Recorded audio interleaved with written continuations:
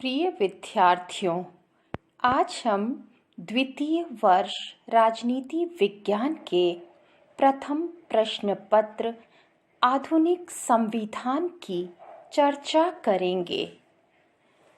हमारी अध्ययन का आज का विषय रहेगा जापान के संविधान की पृष्ठभूमि एवं जापान के नवीन संविधान की विशेषताएं। जापान को उगते हुए सूर्य की भूमि कहा जाता है। एशिया महाद्वीप के सुदूर पूर्व में स्थित यह देश चारों ओर समुद्र से घिरा हुआ है। पर्वतों के आधिक्य के कारण लोगों के रहने का स्थान बहुत अधिक सीमित हो गया है और इसी कारण जापान की गणना विश्व के सघनतम जनसंख्या वाले देशों में की जाती है। प्राकृतिक साधन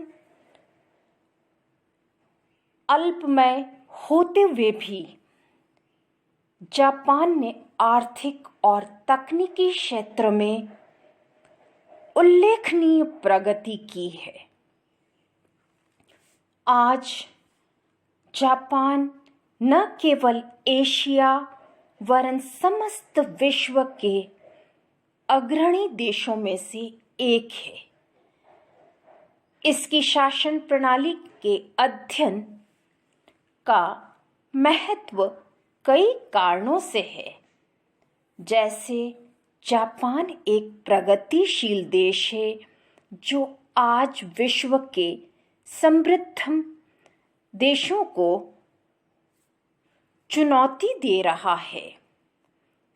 जापान एशियाई जागरण का प्रतीक देश है जिसने पश्चिमी साम्राज्यवाद को चुनौती दी और एशिया वालों के लिए है का नारा बुलंद किया।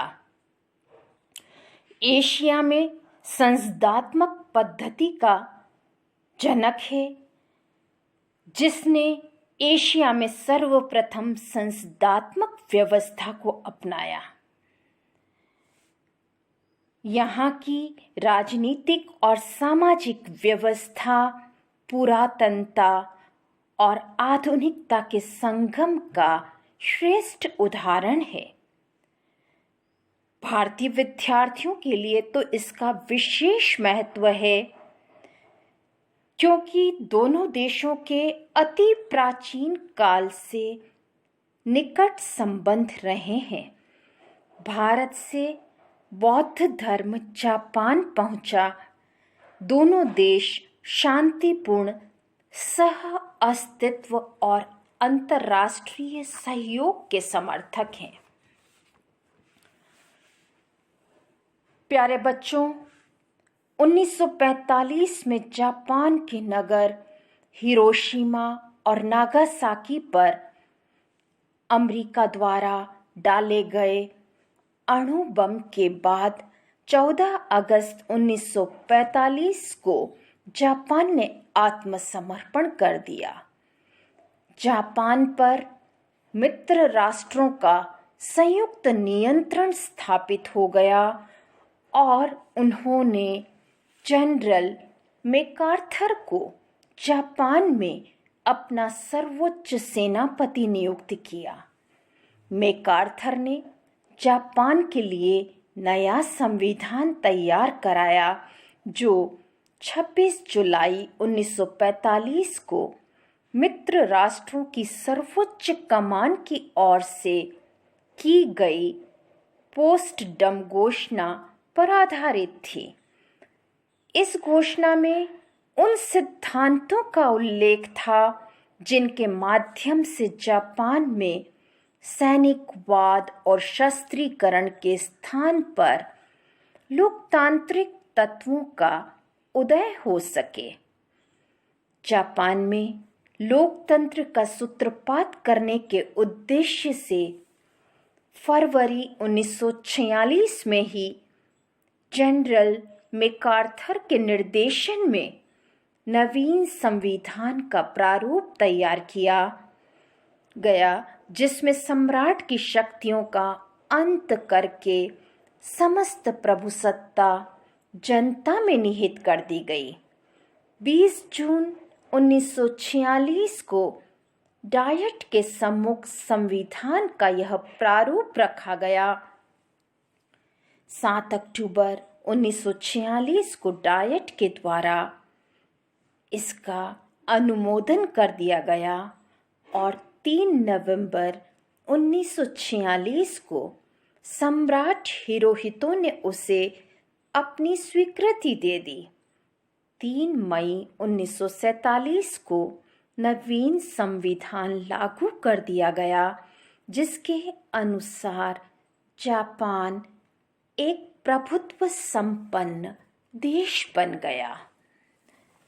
3 मई 1947 को लागू किया गया जापान का वर्तमान संविधान, जिसे शोवा संविधान भी कहा जाता है, पूर्णतया लोकतांत्रिक सिद्धांतों पर आधारित है। यह संविधान एक महत्वपूर्ण प्रलेख है और इसके अंतर्गत कार्य करके जापान ने विभिन्न क्षेत्रों में अभूतपूर्व प्रगति की है। इस संविधान की कई विशेषताएं हैं, जैसे यह संविधान जन प्रभुसत्ता पर आधारित है। यह अमेरिकी या भारतीय संविधान की तरह ही जन प्रभुसत्ता को महत्वपूर्ण स्थान देता है। संविधान के निर्माण में स्वयं जापान के लोगों की श्रेष्ठ इच्छाओं और मानवीय हितों को दृष्टि में रखा गया था।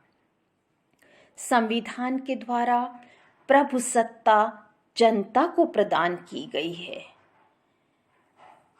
दूसरा, जापान का संविधान एक लिखित प्रलेख के रूप में है, जिसमें 11 अध्याय और 103 अनुच्छेद हैं।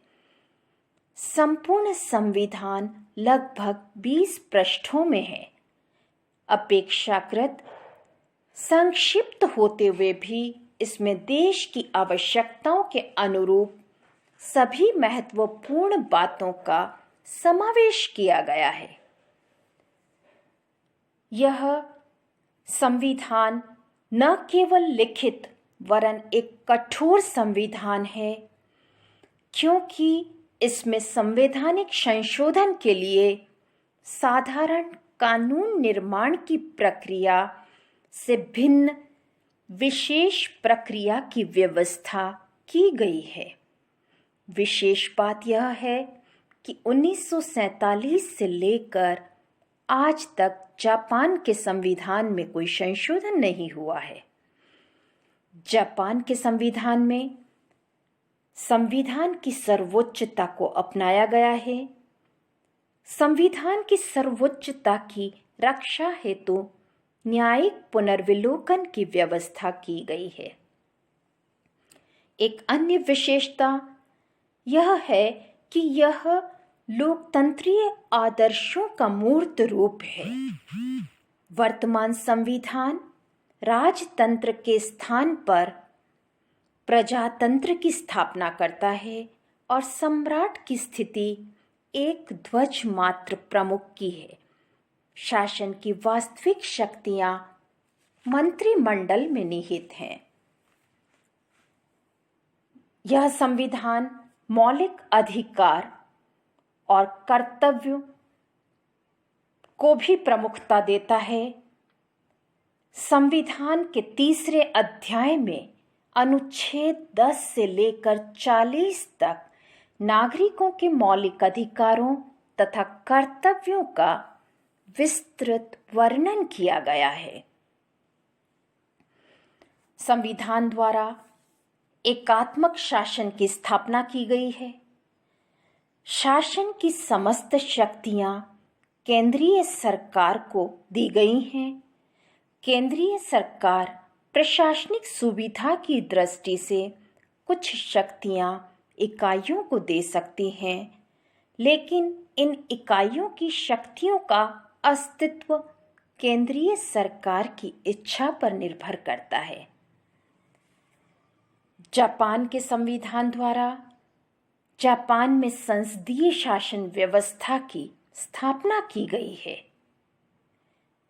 नवीन संविधान द्वारा जापान में धर्मनिरपेक्ष राज्य को अपनाया गया है। जापान का अपना कोई विशेष धर्म नहीं है।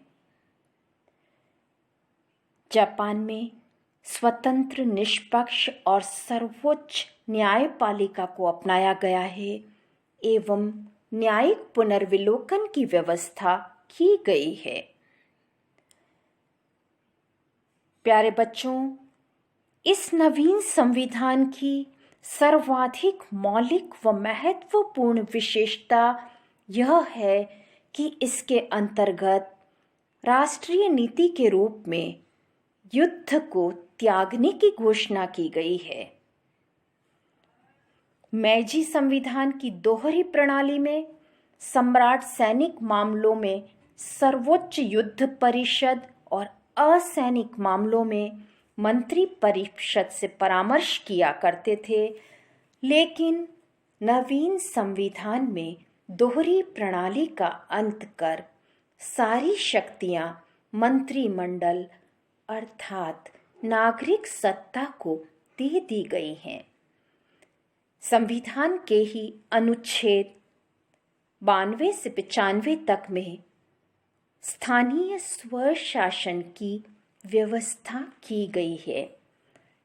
इस प्रकार प्यारे बच्चों, हम ये कह सकते हैं कि जापान का संविधान कई विशेषताओं से ओतप्रोत है।